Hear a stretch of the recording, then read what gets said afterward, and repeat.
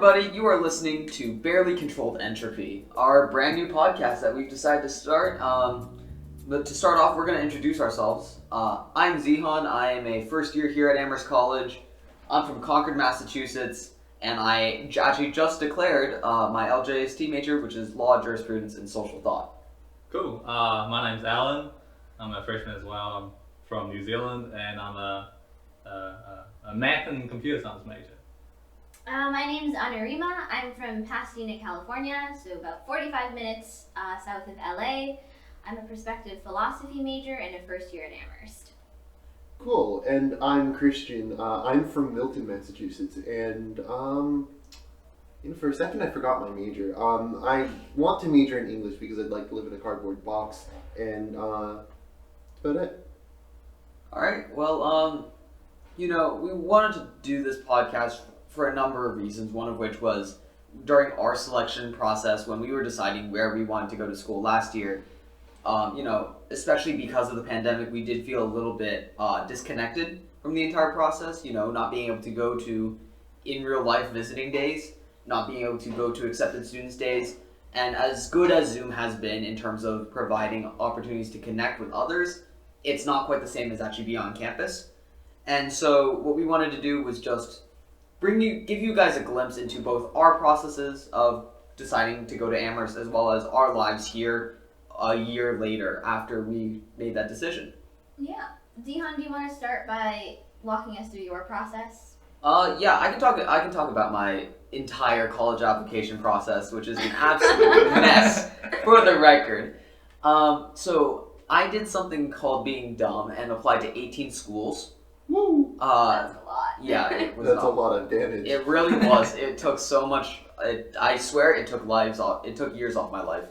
But my decision in the end basically came down to I had gotten into a few NESCAC schools, and NESCAC being basically the small schools around New England like Amherst, Williams, Middlebury. I had gotten into Amherst, Middlebury, Bowdoin, and Colby.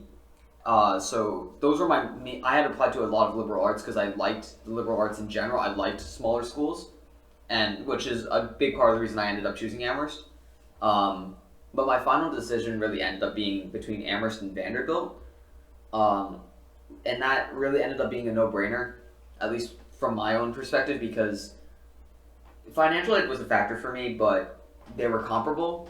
And then Amherst was closer to home. Like I said, I live in Massachusetts, and Amherst was closer.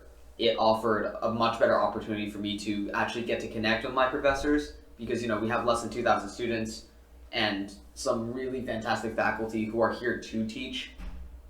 And yeah, in the end, it was just a very simple decision. I just felt like this was the right place for me to continue my education.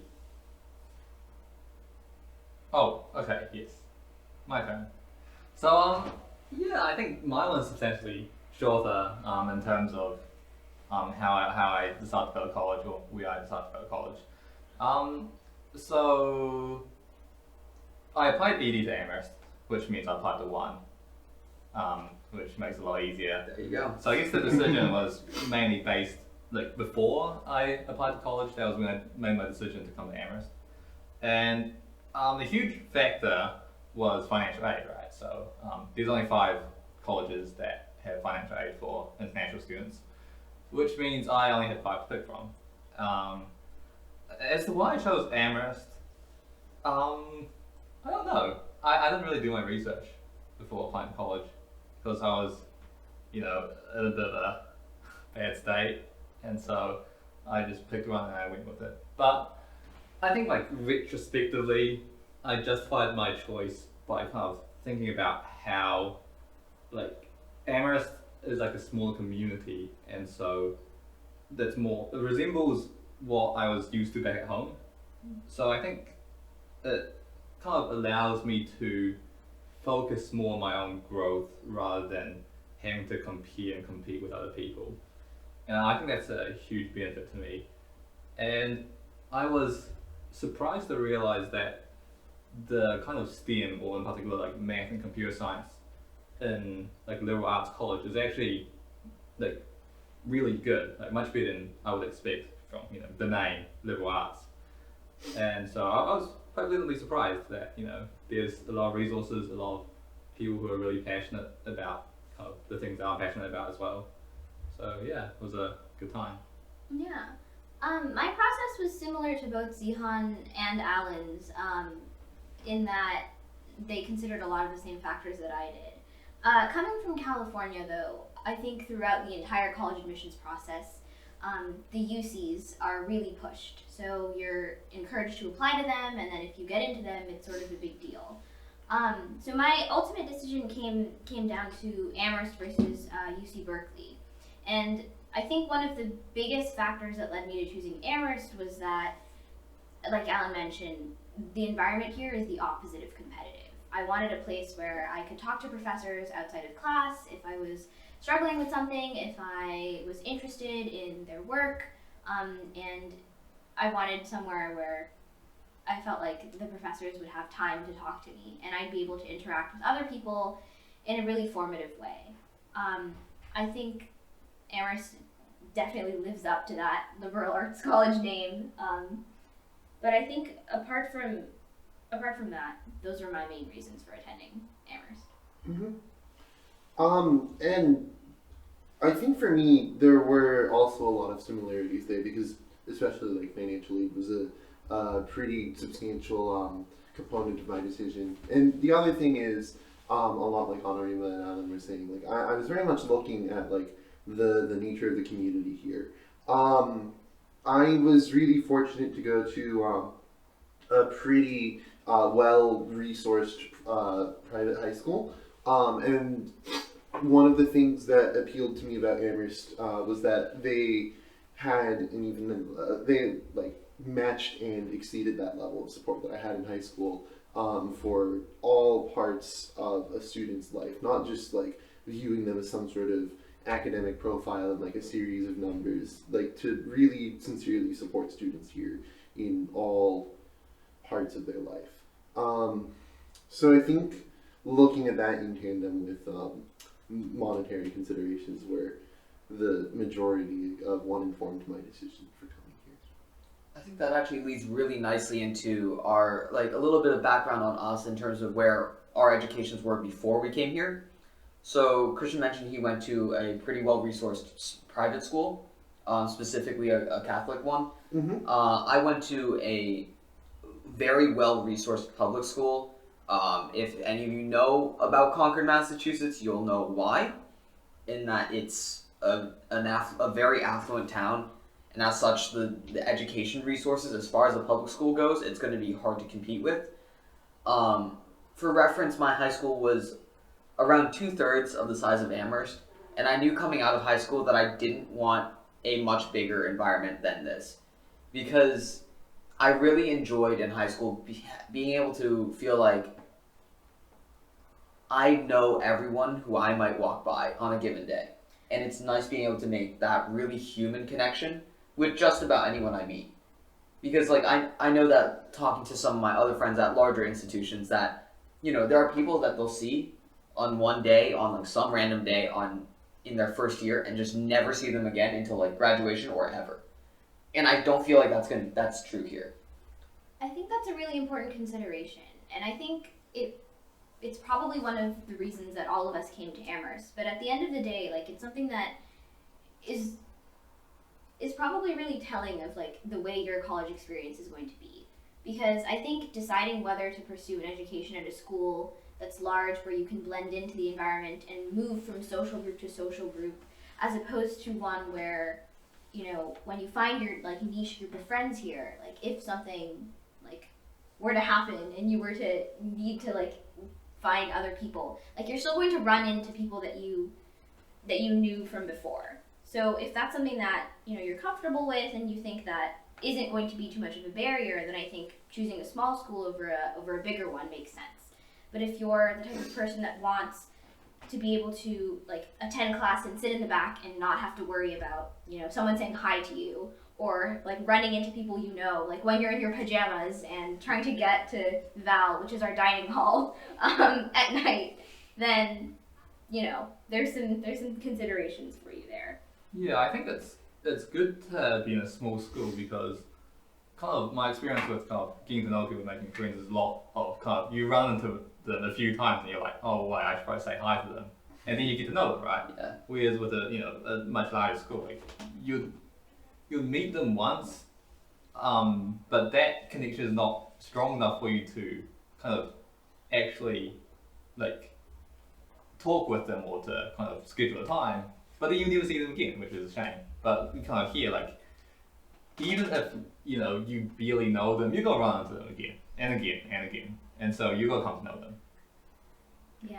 Going back to our high schools, I think I came from a similar place as Zihan. I went to a fairly large public high school in Southern California, and so our class sizes were between 30 and 40 kids, which I know isn't like the biggest, but it was significant. No, it's pretty substantial for high school. Like most of my classes were around 20 or under, or at max, I think we were capped at 25. Really? Yeah, that doubles like my biggest classes. Yeah. Yeah, I think part of ours was just like the pure number of desks you could fit in a room.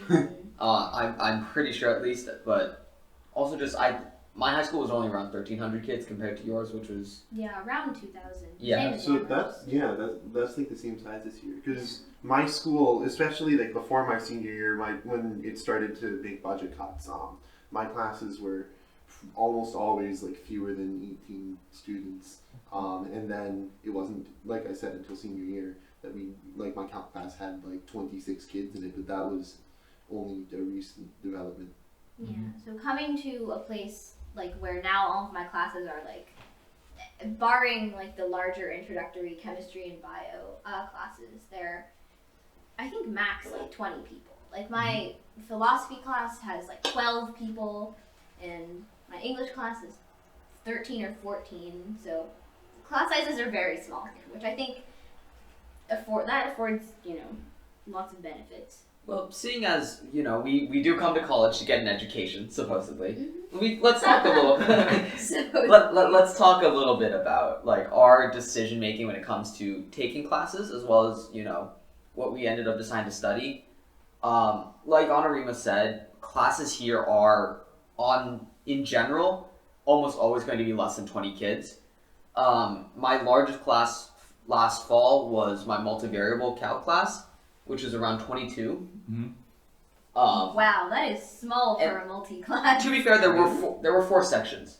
Okay. So mine was just 1 out of 4 sections. So in reality, there were closer to 100 or so kids actually taking multi, which is still not a huge amount.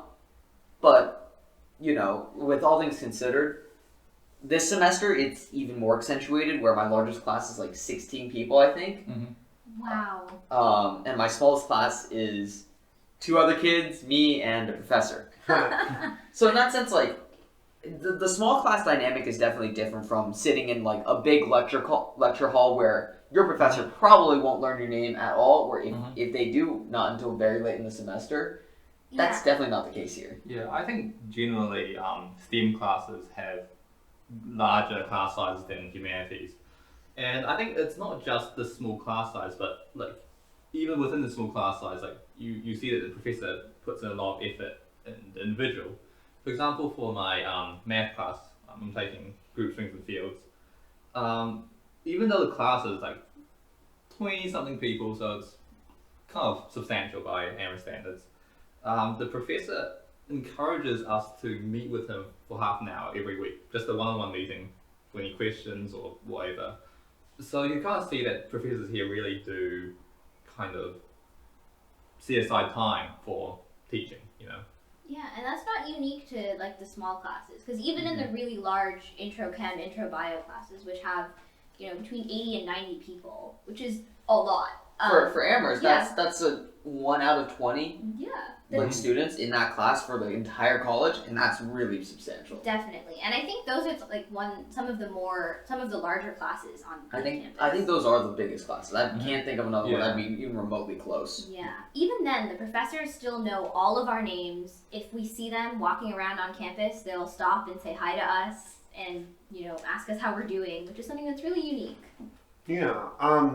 I mean, even with, like, my largest class this semester is surprisingly my English class. It's 45 students, which is, I know, right? It's a huge English class. Yeah, I didn't see that one coming, actually. Exactly. Because then my next biggest class is my French class with like 20, 21 kids. But even in my English class, like, we are still very supported in, like, my professor, like, she's made a point of, like, scheduling one-on-one meetings to, like, discuss every paper that we've had.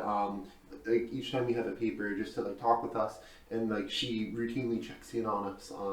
And it's very much like, regardless of the size of the class, that professors will try their very best to cultivate a strong relationship with their students. Yeah, I think that's definitely a constant for Amherst classes, that professors are going to be very, very accessible. Mm-hmm. Like, just as a whole, like, I've never had an issue or, like, felt weird about emailing a professor asking them for a meeting, even outside of office hours, Mm-hmm. Yeah. because it's just like, there are 12 other kids in my class. Mm-hmm. I'm going to have to get to know you to a degree.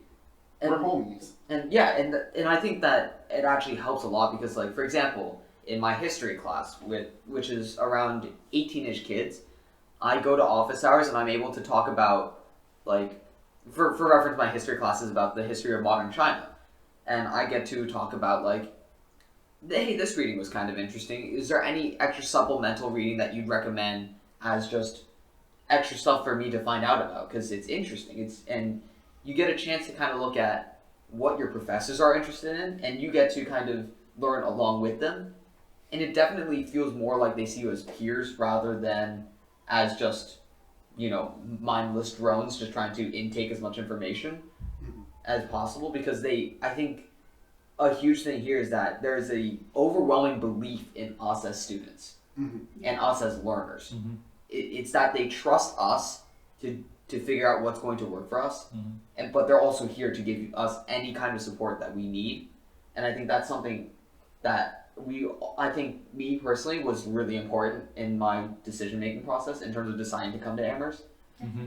I think the other thing is that the professors really have a genuine care for us. Yes, as students, but also as human beings.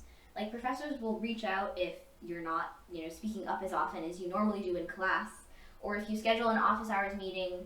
I scheduled an office hours meeting with my philosophy professor the other day, and he, like, at the beginning of the meeting paused and was like, hey, I, like, looked at this paper of yours and, like, added some comments and feedback on it. I just wanted to make sure that you understood everything that I said. If you have questions about it, let's go over it in person. If you want to meet on campus, right now we're in our COVID bubble. Yep. They offer to, schedule things like Zihan said, or Alan too, like outside of time, outside of class time and office hours time, to help meet with you and make sure that you can succeed. Mm-hmm. And even professors that you don't have, like, a strong relationship right off the bat, like, they're still going to support you. Like, I tried to get into the same English class that Honorima is taking right now. I didn't end up getting in. But because it's a creative writing class, and I just emailed the professor and I asked him for, like, some help getting started with creative writing, and he forwarded a ton of resources and gave me, like, a substantial list of book recommendations to read so that I could, like, still work on that. And he offered to, like, read things that I've written, and even though, like, he and I, like, still hardly know one another, like, he is still very willing to make time for me, a student that he doesn't even have, like, a real tangible commitment to. And I think that's, at its core, a very identifiable part of Amherst. That is a hallmark of it, that Absolutely. the professors are here for us. Yes. And they're here to help us, they're here to support us. And in the end, I think for me, it was my biggest factor, knowing that my professors are A, here to support me, B, I'll be able to work with them significantly. I'll be able to actually get to know them on a more personal level than just, like, seeing them in class a couple times a week. Mm-hmm. And I think it just, my decision ended up being so simple. Yeah. And just, which was for me a relief almost. Mm-hmm. Because, like, at the end, I'm sure all of you do have several options. Oh, yeah. And even if you don't pick Amherst, I do hope that you guys end up picking what feels right for you. Because at the end of the day, the best judge of yourself is not going to be a college admissions officer. They're only given a pretty limited amount of information about you. you still know what you need to succeed in an academic setting the best. So do keep that in mind when making your decision. Mm-hmm. Yeah. And if you're worried about opportunities, Amherst. Amherst. I committed the sin of saying the H. Amherst has plenty of resources that we can access. Alan and I can probably speak a little bit to this as interested in STEM. The Science Center, which was built, I believe, in 2018? Well, Recently. 17? Recently. Okay, very Something, recently. yeah. It's a gorgeous building, and there are a bunch of science professors and researchers there who we can go to anytime we want and knock on their doors and say, hey, do you have a spot open in your lab for us to do research? So Alan's been doing physics research, right? Yeah, I've done physics and math, so it's really quite easy, the process. You just send an email, say I'm interested, and even if they don't have a spot, you have a meeting with them, you could talk to them for an hour or two, and it's all really kind of standard in the sense that it's very common for people to do that, and so they're completely open to talking with you, to kind of discussing this with you. And in general, I found that at least for my first summer here, I already have quite a few opportunities I could pursue. So it's definitely, there's more opportunities than you have time to do here, which I find is better than having, more time and opportunities. Mm-hmm. And there's even opportunities for humanities-oriented research as well. Like a friend of mine recently earned a fellowship. It's called what? The Schuff Fellowship? Yeah, I don't know how to say it. I think it's the Schuff, yeah. That sounds reasonable. And he's doing research. The way that one works is you come up with your own proposal and then you present for it, and then some 20 kids are accepted. And what my friend is doing is he's researching modern Sufi sects with one of the professors here in the religion department. So even if you're not interested in raw STEM, there's still plenty of things you can do in terms of research, not to mention all the things you can do outside of curriculum. And you're also funded you're paid handsomely for this research. By paid handsomely, I mean minimum wage. But because it's Massachusetts, $13.50 an hour. the minimum wage here is significantly better than the federal minimum. Yeah. And at some level, it makes a difference. Yeah, it makes a pretty significant difference. Yeah, and I think I have to add here is that kind of as international students, when you come here, a lot of the research and stuff that you'll be doing kind of outside of your college is usually unpaid. But Amherst being, rich. Big money. Yeah. They have a lot of funding for that. So it's basically you get anything, outside of Amherst, and you just tell them and they'll give you the $4,500 that you need to do it. Yeah.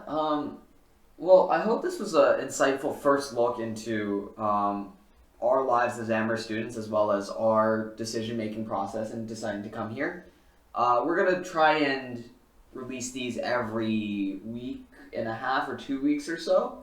We'll see what happens. We are still students, and schoolwork might catch up to us. Like it or not, this is a side project. So, but we, as always, if there are questions, we will put a email in the description for you guys to send questions into if you so choose. Mm-hmm. If you'd like us to address anything specific about our experiences, also feel free to ask us there. And then next time we'll read off some questions and try to get them answered. Yeah. Information to you as fast as possible. Yeah, and as a preparatory thing, I think next time we're going to talk a little bit about just life in the bubble. Definitely. What has our first year actually been here on campus? Given the context of COVID. Yeah, because given that the has context. informed a large part of our experience. Yeah, we're freshmen. We don't know much else. Yeah. But with that said, if you've made it through all 20 odd minutes of this, thank you so much for listening, and we'll see you again real soon.